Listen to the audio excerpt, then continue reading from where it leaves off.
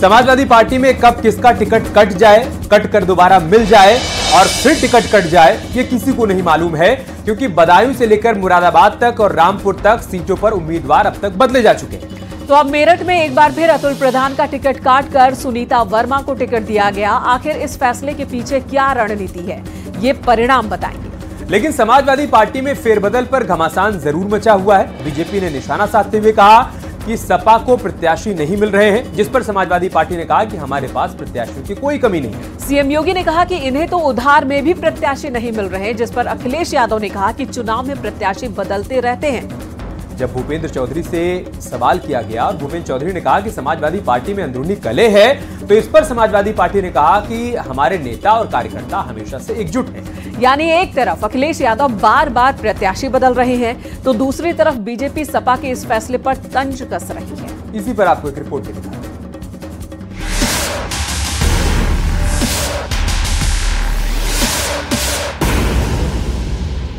प्रत्याशी ढूंढे हुए नहीं मिल रहा, उधार में प्रत्याशी ला रहे हैं और उन लोगों को उधार में भी प्रत्याशी नहीं मिल पा रहे हैं, तो कांग्रेस के नेता अपना आपा खो चुके हैं।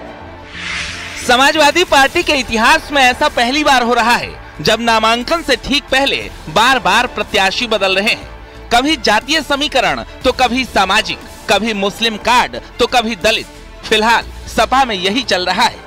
पार्टी के अध्यक्ष ये तक क्लियर नहीं कर पा रहे कि सीट पर कौन सही उम्मीदवार है, किस सीट पर किसकी दावेदारी मजबूत है, और इसी उथल पुथल में कई सीटों पर तो अब तक 3-3 बार प्रत्याशी बदल गए। मेरठ में फिर बदला सपा प्रत्याशी, अतुल प्रधान की जगह सुनीता वर्मा को टिकट। मेरठ में पहले भानु प्रताप थे प्रत्याशी, यानी 1-2 नहीं बल्कि मेरठ में अब तक 3-3 प्रत्याशी बदल चुके हैं, जिसके बाद अब सपा में अंदरूनी घमासान छिड़ गया है।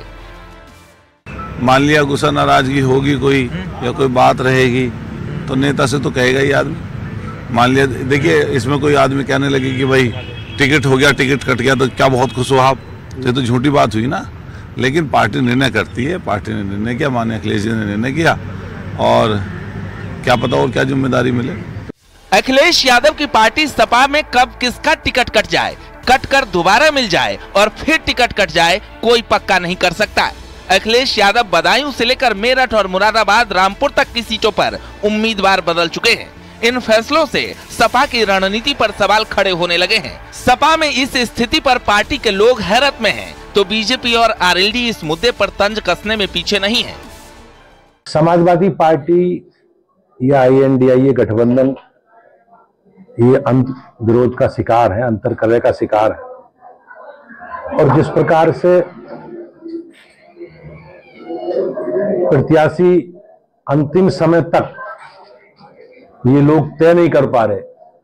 अभी आपने मुरादाबाद में देखा, रामपुर में देखा, और अन्य नोएडा, बागपत और आज मेरठ में भी उन्होंने प्रत्याशी बदला है। देखिए, समाजवादी पार्टी के नेता दिग्भ्रमित हैं, दिशाहीन हैं, उनको कार्यकर्ता ढूंढने नहीं मिल रहे हैं, प्रत्याशी लगातार बदल रहे हैं, और कोई चुनाव भी लड़ना नहीं चाहता समाजवादी पार्टी के सिंबल पर, कांग्रेस के सिंबल पर। पूरी तरह से गठबंधन उत्तर प्रदेश से साफ हो जाएगा। हम 80 की 80 सीटें भारतीय जनता पार्टी प्रचंड बहुमत के साथ जीतेगी। तो दूसरी तरफ अब अखिलेश यादव अतुल प्रधान का टिकट काटकर अपने ही जाल में फंस चुके हैं, क्योंकि जाटलैंड में इस अदला बदली का मैसेज ठीक नहीं गया। यहाँ तक कि जयंत चौधरी ने भी अखिलेश को निशाने पर लिया। उन्होंने लिखा, विपक्ष में किस्मत वालों को ही कुछ घंटे के लिए लोकसभा प्रत्याशी का टिकट मिलता है, जिनका टिकट नहीं काटा उनका नसीब। तो वहीं मुरादाबाद में एसटी हसन का टिकट कटने से अल्पसंख्यक समाज सपा के लिए इरादे बदलने के मूड में है, जिसकी भरपाई के लिए एसटी हसन के नाम अखिलेश के पैगाम की भी चर्चा होने लगी है। देखिए, अखिलेश जी मुझे चाहते थे कि मैं चुनाव लड़ूं, उसके लिए उन्होंने इंतजाम भी करे और मेरे पास कागजात भी भिजवाए, चार्टेड प्लेन से यहाँ पे आए। अब वो यहाँ के कुछ बाहरी नेता हैं, उन्होंने जो लखनऊ से आए हुए लोगों को ट्रैप कर लिया और उन्हें रामपुर ले गए। रामपुर में इतनी देर लगा दी कि यहाँ का टाइम निकल गया।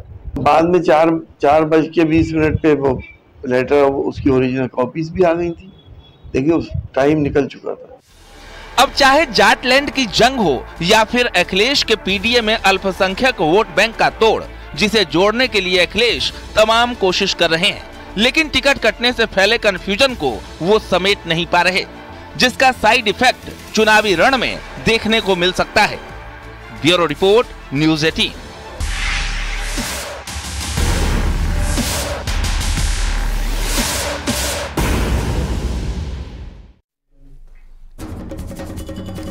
राहुल गांधी अमेठी लौटेंगे या यहां से गांधी परिवार का नाता टूटेगा, इस पर भले ही सस्पेंस है, लेकिन 2019 के लोकसभा चुनाव में उन्हें करारी शिकस्त देने वाली केंद्रीय मंत्री स्मृति ईरानी वायनाड जरूर पहुंच गई। दरअसल केरल की वायनाड लोकसभा सीट से राहुल गांधी चुनाव लड़ रहे हैं। ये फैसला पहले ही हो चुका है। हालांकि बीजेपी की दिग्गज नेता स्मृति ईरानी अमेठी के बाहर भी वायनाड में राहुल गांधी को ललकार रही हैं।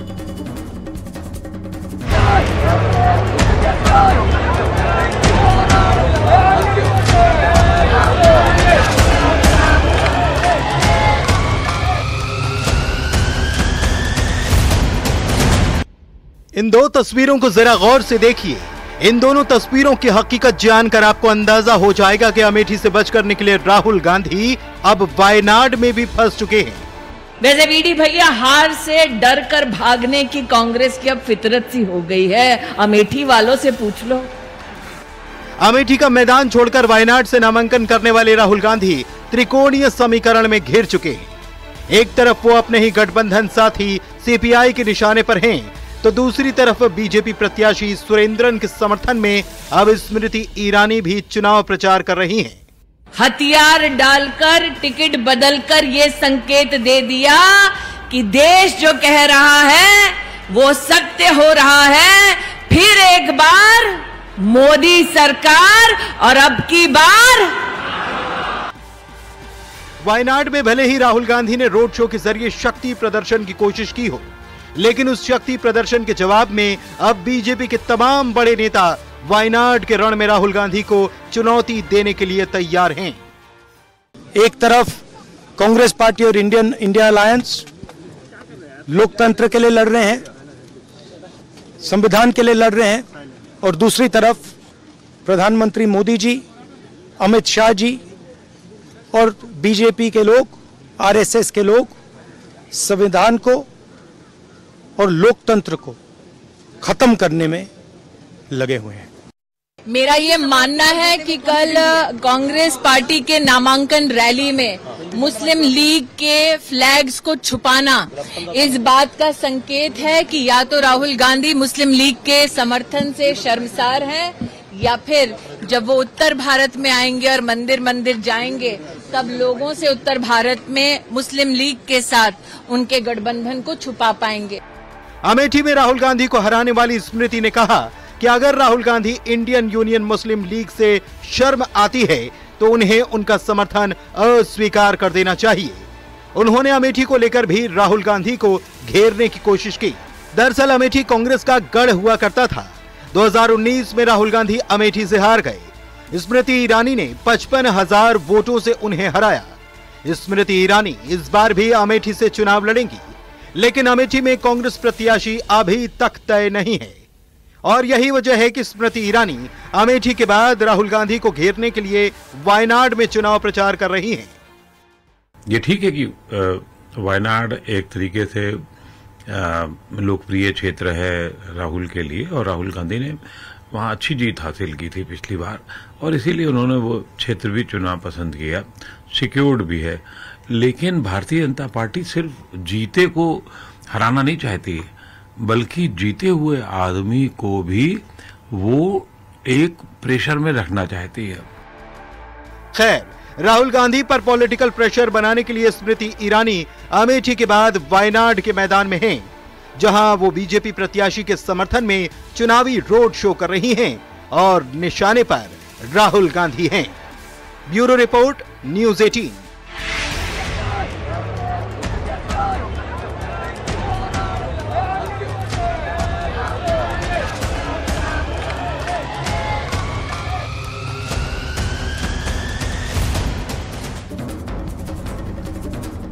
उत्तर प्रदेश की सबसे हॉट सीट अमेठी, जहां एक बार फिर से बीजेपी ने स्मृति ईरानी को उम्मीदवार बनाया है, तो दूसरी तरफ राहुल गांधी इस बार अमेठी से चुनाव नहीं लड़ना चाहते, क्योंकि कांग्रेस कार्यकर्ताओं को राहुल गांधी को अमेठी वापस आने के लिए कई बार उन्होंने चिट्ठी लिखी, अपील की, लेकिन राहुल गांधी वायनाड से टस से मस नहीं हो रहे।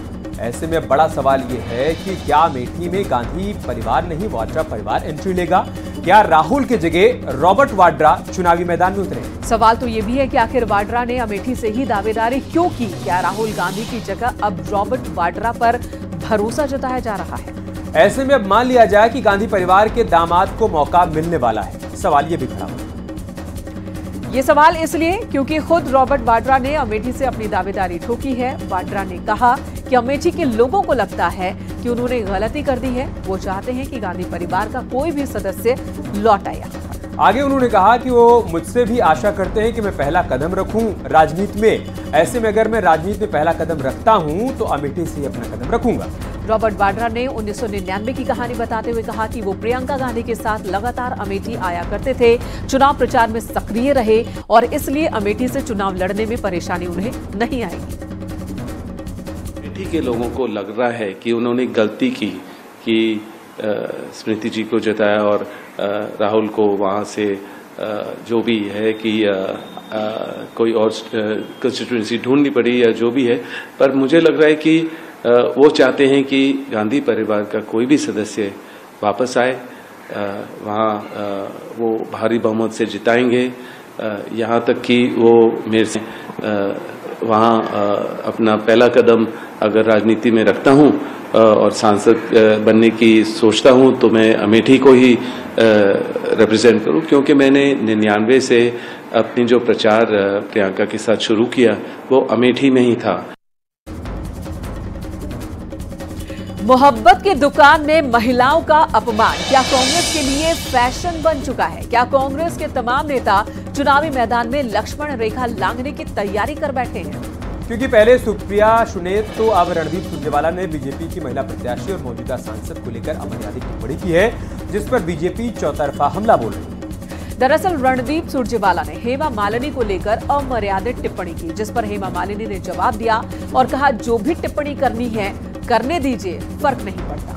हेमा मालिनी आपत्तिजनक को लेकर कहती हुई नजर आई कि इस तरह की बयानबाजी से मुझे कोई फर्क नहीं पड़ता है क्योंकि जनता मेरे साथ है, और साथ ही उन्होंने ये भी साफ कर दिया कि जो फेमस हैं कांग्रेस के नेता उन्हीं को टारगेट करते हैं। लेकिन वो भूल चुके हैं कि आधी आबादी उन्हें चुनाव में कभी माफ नहीं करेगी। इसी पर आपको ये रिपोर्ट दिखाते हैं।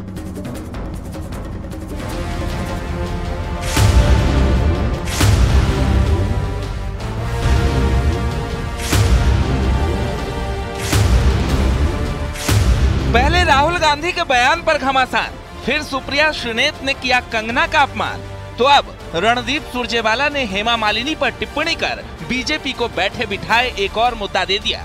क्योंकि बात आधी आबादी की है, बात नारी शक्ति की है, बात महिलाओं के सम्मान की है। एमएलए एमपी क्यों बनाते हैं? ताकि वो हमारी आवाज उठा सके, हमारी बात मनवाए, इसीलिए बनाते हूँ। कोई हेमा मालिनी तो है नहीं के लिए बनाते हैं। एमएलए एमपी क्यों बनाते हैं? ताकि वो हमारी आवाज उठा सके, हमारी बात मनवाए, इसीलिए बनाते हूँ। कोई हेमा मालिनी तो है नहीं जो के लिए बनाते हैं।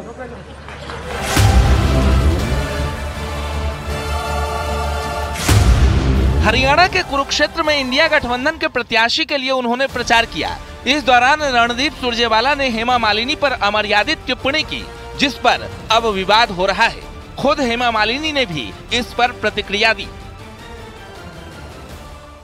टारगेट उन्हीं पर किया जाता है जो नाम वाले हैं ना, जो नाम नहीं है किसी के उसको टारगेट करके फायदा गया उनका। लेकिन कांग्रेस पार्टी ऐसे नेताओं को कभी बोलती नहीं है, उनके ऊपर कोई एक्शन नहीं होता। आपको लगता है कि कांग्रेस पार्टी के बड़े नेताओं का सपोर्ट होता है इंसल्ट कराने में?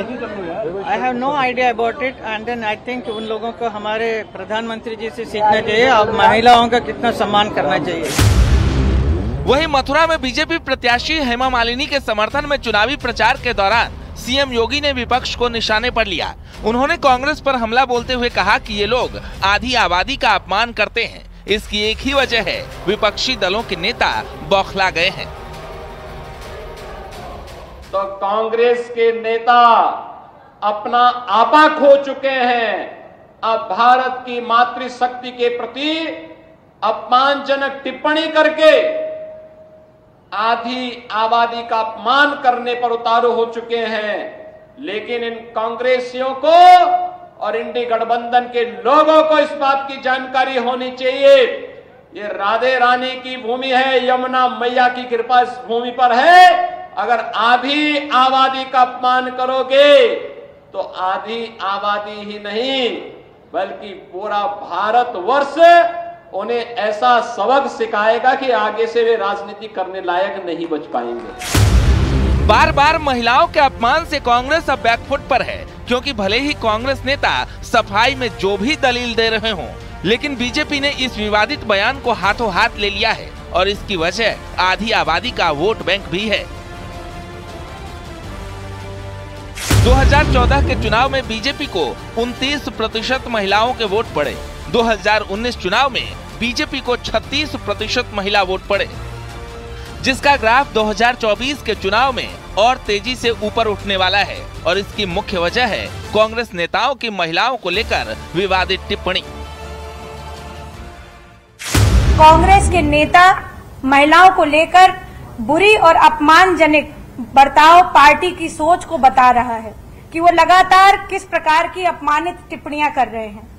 महिलाओं का अपमान करना कांग्रेस के डीएनए में है।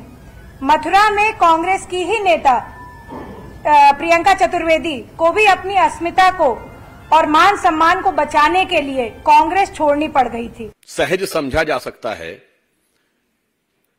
कि जनता के अंदर अपना विरोध और प्रधानमंत्री श्री नरेंद्र मोदी जी के नेतृत्व के प्रति निरंतर बढ़ते समर्थन और स्नेह को देखते हुए हमारे विपक्षी दल और मुख्य रूप से कांग्रेस पार्टी ऐसा प्रतीत होता है कि अपना मानसिक संतुलन खो बैठे।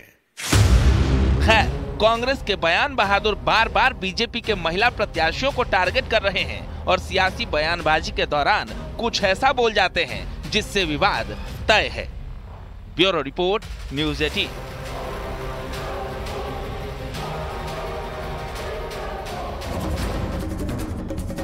देश में आचार संहिता लागू है, चुनावी सीजन है और इस बीच संदिग्ध आतंकियों की गिरफ्तारी कई सवाल खड़े कर रही है। दरअसल महाराजगंज की सोनौली सीमा से 3 संदिग्धों को गिरफ्तार किया गया, जिसमें 2 पाकिस्तानी नागरिक और 1 कश्मीर का रहने वाला है।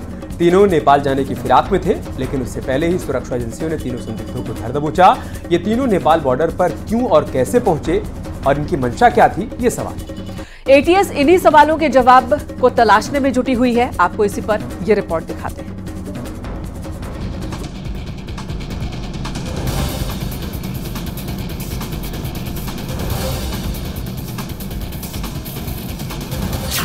दो पाकिस्तानी और 1 कश्मीरी गिरफ्तार। महाराजगंज की सोनौली सीमा से गिरफ्तारी।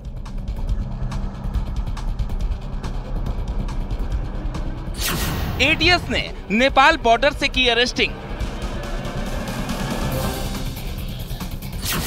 संदिग्धों की गिरफ्तारी, बॉर्डर पर अलर्ट। महाराजगंज जिले में अंतर्राष्ट्रीय भारत नेपाल सीमा सोनौली पर मंगलवार देर रात 2 पाकिस्तानी और 1 कश्मीरी संदिग्धों को गिरफ्तार किया गया है। जानकारी के मुताबिक मंगलवार की रात सोनौली में भारत से नेपाल जाने वाले लोगों की जांच की जा रही थी। एक बस में 3 संदिग्ध युवकों को बैठे देख उनसे पूछताछ की जाने लगी। जांच पड़ताल में 2 युवक पाकिस्तान के निकले। उनके पास से पाकिस्तानी पासपोर्ट मिले, जबकि जम्मू कश्मीर के एक युवक के पास आधार कार्ड मिला। महाराजगंज जनपद के भारत नेपाल सीमा पर 3 संदिग्धों को सुरक्षा एजेंसियों ने अपने गिरफ्त में लिया है। जानकारी मिली है कि 3 जो संदिग्ध पकड़े गए हैं उनमें एक पाकिस्तान का रहने वाला है, तो दूसरा पाक अधिकृत कश्मीर का और तीसरा जम्मू कश्मीर का है। इन तीनों ने मिलकर नेपाल जाने की तैयारी थी, ऐसी जानकारी मिल रही है। पूछताछ में एक ने अपना नाम नासिर जमाल पुत्र कासिम अहमद काराल पोल श्रीनगर जम्मू कश्मीर बताया। दूसरे युवक ने अपना नाम मोहम्मद अल्ताफ पुत्र खिजार मोहम्मद बताया, वो पाक अधिकृत कश्मीर का रहने वाला है। तीसरे युवक का नाम सैयद गजनियर पुत्र मोहम्मद सईद है, वो लड़काना पाकिस्तान का बताया जा रहा है। सूत्रों की माने तो गिरफ्त में आए इन संदिग्धों का भारत में आतंकी घटना को अंजाम देने का मंसूबा था, जिसके इरादे से ये भारत में घुसे थे। गिरफ्तार आतंकियों में अल्ताफ भट्ट हिजबुल मुजाहिदीन से ट्रेनिंग भी ले चुका है। कारगिल युद्ध के बाद ही हिजबुल मुजाहिदीन के कैंप में अल्ताफ ने ट्रेनिंग ली थी। आरोपियों से पाकिस्तानी और भारतीय पासपोर्ट बरामद हुए हैं। इसके साथ ही तीनों आरोपियों से भारतीय आधार कार्ड भी बरामद हुए हैं। आरोपियों के पास से नेपाल, बांग्लादेश, भारत और अमेरिका की करेंसी भी बरामद हुई है। कश्मीर का नासिर ISIS के हैंडलर सलीम से निर्देश ले रहा था। भारत में प्रवेश के बाद तीनों को पाकिस्तानी हैंडलर से आगे की जानकारी मिलनी थी, लेकिन उससे पहले इन्हें दबोच लिया गया। अब तक की पूछताछ में जो हमारे सूत्र बता रहे हैं, उन सूत्र में ये बता रहे हैं कि जो पाकिस्तान का रहने वाला अल्ताफ है वो संदिग्ध गतिविधियों में लिप्त था और उसी वजह से वो भारत में आना चाह रहा था। इस बात की भी जानकारी मिल रही है कि तीनों मिलकर भारत में किसी नए षड्यंत्र को अंजाम देने वाले थे, लेकिन समय रहते ही सुरक्षा एजेंसियों ने तीनों संदिग्धों को हिरासत में ले लिया है और अब पूछताछ जारी है। मंगलवार की रात से ही यूपी ATS की टीम तीनों संदिग्धों को पूछताछ के लिए अपने साथ ले गई। आरोपियों को कस्टडी रिमांड में लेकर पूरे नेटवर्क का खुलासा करने की कोशिश जारी है। वहीं इन संदिग्धों की गिरफ्तारी के बाद सीमा पर सुरक्षा बढ़ा दी गई है। Bureau report, news 18।